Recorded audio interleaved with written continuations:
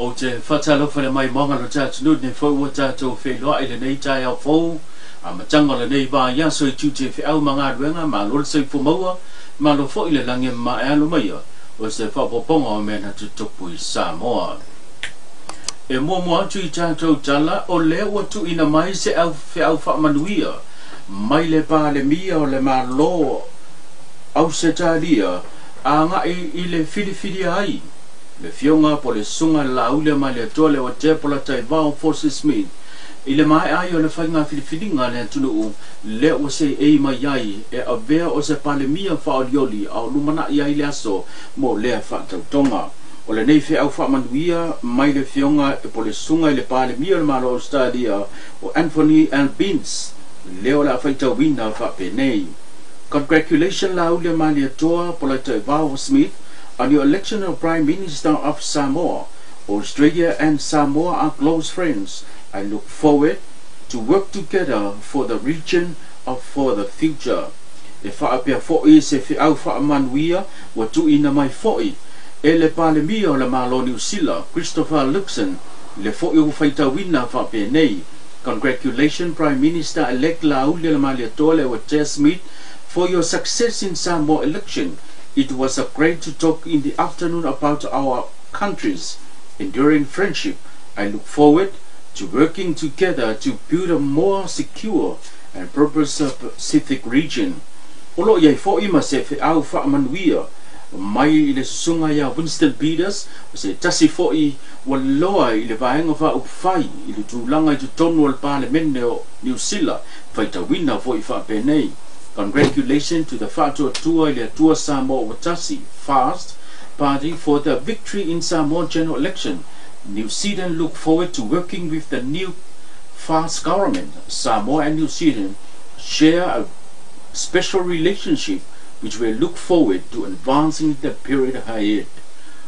O le tula I mai o le tūlanga e pei ona manu maro ai I le Fast I no foa e tolu se fuluma le tasi HRPP e se fuluma le wha. Vaenga Samoa poto e na o le toa tolu ma sui tu toa tasi e toa tolu lea ua mafuai ona tu ina mai whiau whaamanuia ina walo ia le manu malo ai.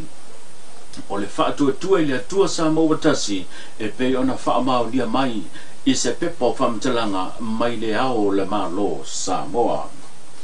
Inisi o tātou tala o leo ua sauna manino le komsina o le ofiso whainga pālota le fionga tu e flolo to la Fort John Stanley o whawhita uli na tula I mai e le o le au whainga ruenga a le ofiso whainga pālota o I la tau sa whainga ruenga mo na o le teimi o whainga pālota lea na tula I mai aina I whawhita uli le titi ai le o le ofiso whainga pālota a wai le I malanga I tua le ofiso whainga pālota po le au whainga ruenga mo le whaatino ina o pālota mai whale pālota te tasi o se whapoponga le nei o saunoanga le komisino whainga pālota. Ko saima o karakaing hae mai ko sa mai lalo al purea o le mea ue whai e whiau wa uko kongu ma me se whamkaranga le melenga kupu a ule maria le menga kupu e le se alaungi konga o le menga whai. They were trained le whakingo lako ngā ruenga the do and the don'ts. Ia o le whawhita uli le ngā because e whai alako they are not fully employed I le OEC as permanent employees e ka velele ofisa e le imse so ofisa ngai o ali kua whai le whai ngā pāroka le ngā whai le imse so kaka umai ngā haia mai au ka ngā kafo le whakua kua inga they are public servants e iai mo ka iala public servants e le code of conduct ma values o values a ngai whaongapo whaongapo I pa mai I ai a foi o se kulanga ka ua o kirikiro I lumanga kongo le me kaunga whai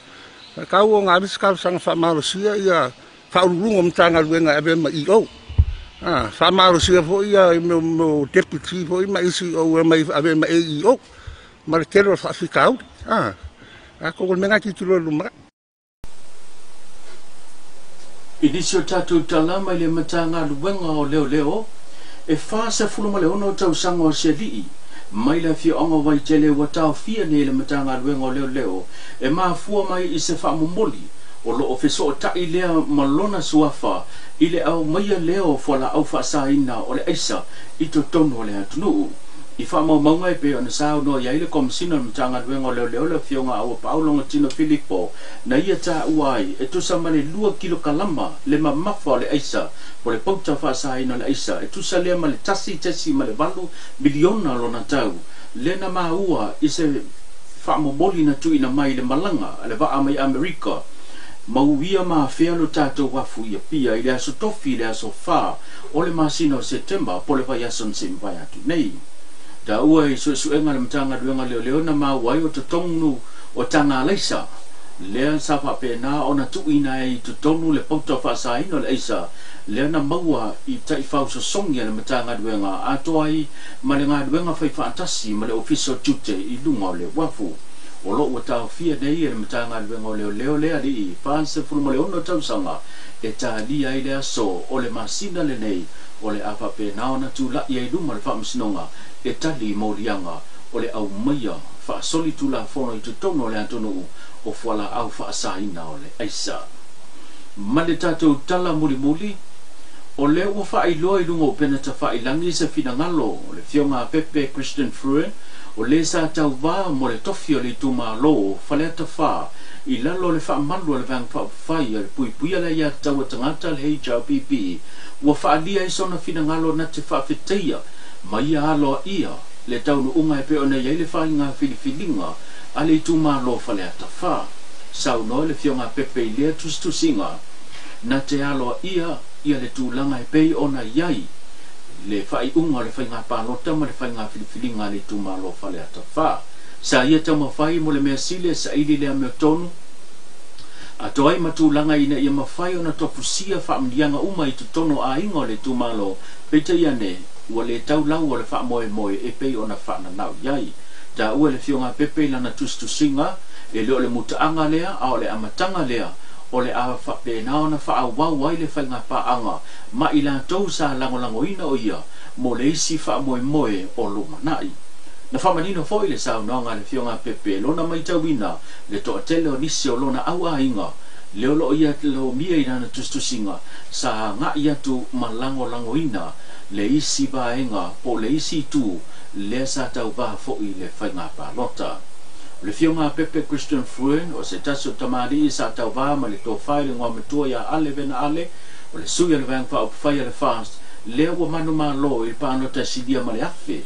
pānota na manu ma lo ai mai le ono se lau mona tupu o pānota na mawaina e le fionga Pepe Christian Fruen ua tawalunga tato pokalame o tonga e bei ona tato mafuta i le amatanga o le nei vā yanso a wane ngalo tato whailoa i le aso mua taia mo sensi whaopoponga ena na whamanatu i whaafonga angalo tato no le tato live stream o nanga e mawhai o na whaasalalawina ma pueina ma liu sa whai tau sala online whai poiponga ma soa se pokalame whaale ainga bala mai le fitu tolu whaaono limono mo sensi whaatanonga soifua mai amanuia